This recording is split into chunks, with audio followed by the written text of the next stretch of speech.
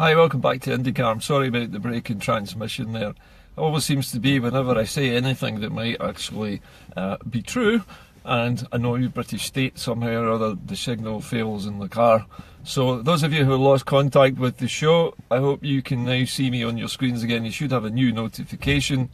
I was talking about the bridge project which the British government and the UK press were talking about to build a bridge across the North Irish Channel to Ireland, and I was explaining why the colossal ammunition dump which exists on Beaufort's Dyke, where the British Ministry of Defence have been systematically dumping their out-of-date bombs and explosives for the last 70 or 80 years at least, that it would be a stupid place to build a bridge.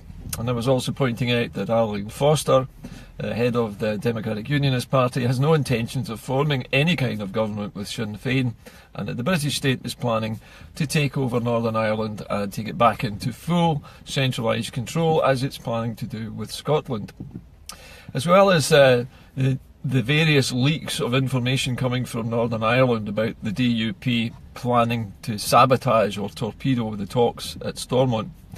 There is also now in the news the fact that there is a chance that the sectarian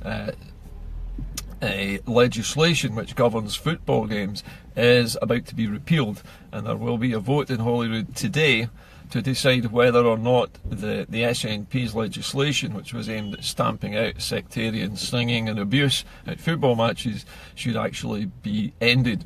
The reason being that it was felt that football supporters were being unfairly targeted where there might be sectarianism in other sections of society. My view on this at the moment is that it seems to me that the Labour Party is particularly keen to repeal this bill, and they want, rather than cutting the sectarianism in real life, in other words, when you're standing outside a football stadium being abused by a shower of sectarian bigots, the Labour Party doesn't want to fix that. They want people to stop posting sectarian stuff online, and they are saying they want legislation which will bring in strict regulations about what can be posted online to stamp out online sectarianism. Now, fair enough, online sectarianism should be stamped out, but the point is that the real problem with sectarian violence and sectarian chanting and abuse is in real life, not in virtual space. And the Labour Party also said today that they wanted to implement an education programme to try to stop the spread of sectarianism through family members being taught sectarianism and bigotry from an early age. But they don't say how they're going to do that, and they're not in power, and they don't have any chance of actually making any of it happen.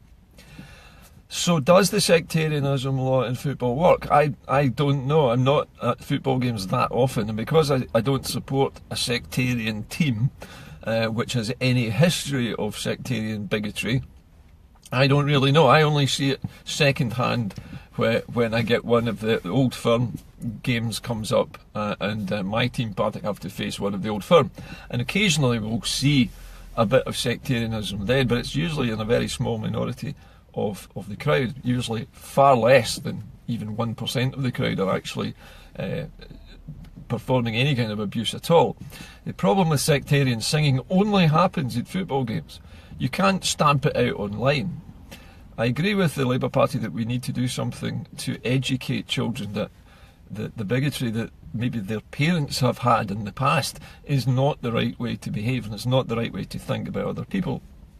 But until the Labour Party actually comes up with some costed plans, I doubt very much whether their antipathy towards the sectarian regulation of football is actually going to do any good.